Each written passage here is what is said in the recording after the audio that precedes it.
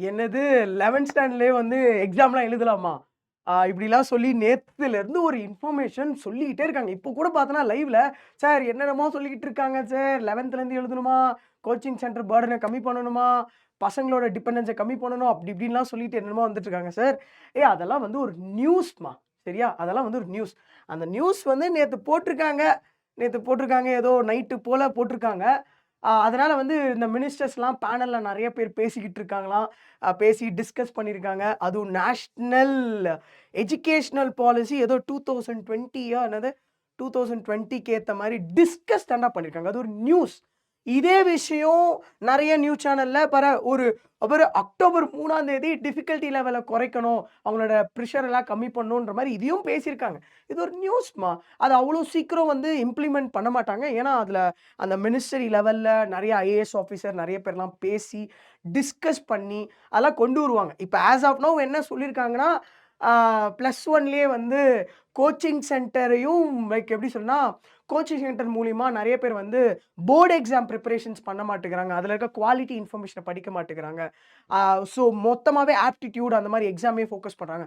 So அதனால 11த்ல இருந்தே ஒரு 2 to 3 இயர்ஸ் ஆப்டிட்யூட் எக்ஸாமும் படிக்கட்டும். கூட போர்ட் எக்ஸாமையும் படிக்கட்டும். அந்த மாரி ஒரு நியூஸ் இதெல்லாம் ஒரு டிஸ்கஸ் பண்ணியிருக்காங்க. இது ஒரு நியூஸ் சேனல்ல ப்ரமோட் பண்ணி ஒவ்வொருத்தவங்க ஒவ்வொன்னு சொல்லிட்டு இருக்காங்க. ஐய்யய்யோ! அது மாறுமா, இது மாறுமா, சேஞ்சஸ் ஆமா.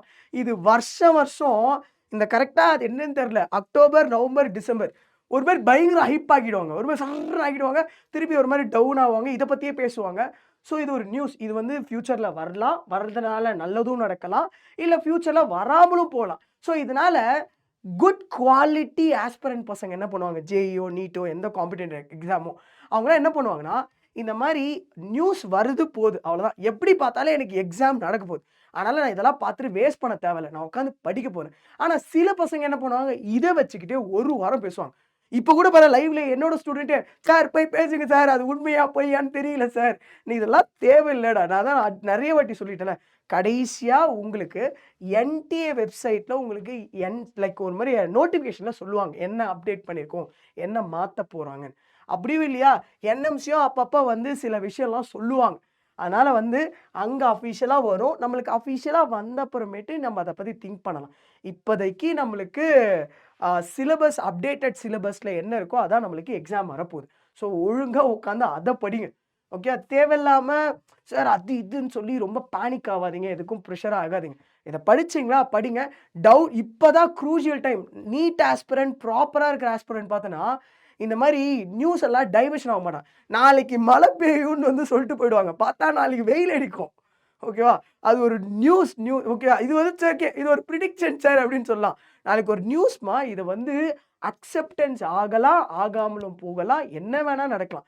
ஸோ நம்ப இந்த சைடும் பார்க்காம, இந்த சைடும் பார்க்காம, கரெக்ட்டா நம்ம பிரிப்பரேஷன்ஸ்ல என்ன இருக்குமோ, அத மட்டும் ஃபோக்கஸ் பண்ணி, கிராக் பண்ணி, மாஸ் பண்ணிட்டு போணும். இதுதான் கிளவரான நீட் ஸ்டூடண்ட்ஸ் பண்ற விஷயம். அதுவும் இந்த டைம்ல. ஸோ நான் வந்து உங்க யாரையும் பேனிக் பண்ண விரும்பல. எதுவும் சொல்ல விரும்பல. இந்த நியூஸா பார்த்துட்டு போயிட்டே இருங்க. அத நம்ம பேரன்ட்ஸ் பார்ப்பாங்க அவ்வளோதான். இன்னும் பேரன்ட்ஸ் வேற பார்த்துட்டு, "ஐய்யய்யோ! இது மாரி ஆயிடுச்சா? இனிமேல் 11த்லேருந்து படிக்கணும்." 11த் வேணாம். 8த்லேருந்தே படிக்க ஆரம்பிக்கும். ஆல்ரெடி 8த்லேருந்தே நீட்டுக்கு, ஜேஇக்குலாம் சில பேர் பிரிப்பேர் ஆயிட்டு இருக்காங்க.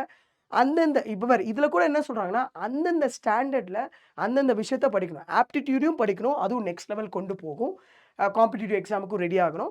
At the same time board எக்ஸாமையும் படிக்கணும். அதுக்கு ஒரு இம்பார்ட்டன்ஸ் குடுக்கணும். 11த்தா இருந்தாலும் அதுக்கு இம்பார்ட்டன்ஸ் குடுக்கணும். அதுதான் இங்க மீன் பண்றாங்க. அத விட்டுட்டு நீட் இப்படி ஆகுமா, அப்படி ஆகுமான்றத அத கடைசியா அவங்களே அப்டேட் பண்ணுவாங்க. அத நம்ம பார்த்துக்கலாம். ஸோ நல்லா பிரிப்பேர் பண்ணுங்கடா. நல்லா படிங்க. கண்டிப்பா அச்சீவ் பண்ணி நம்ம மார்க் எடுக்கணும். Okay. Thank you so much.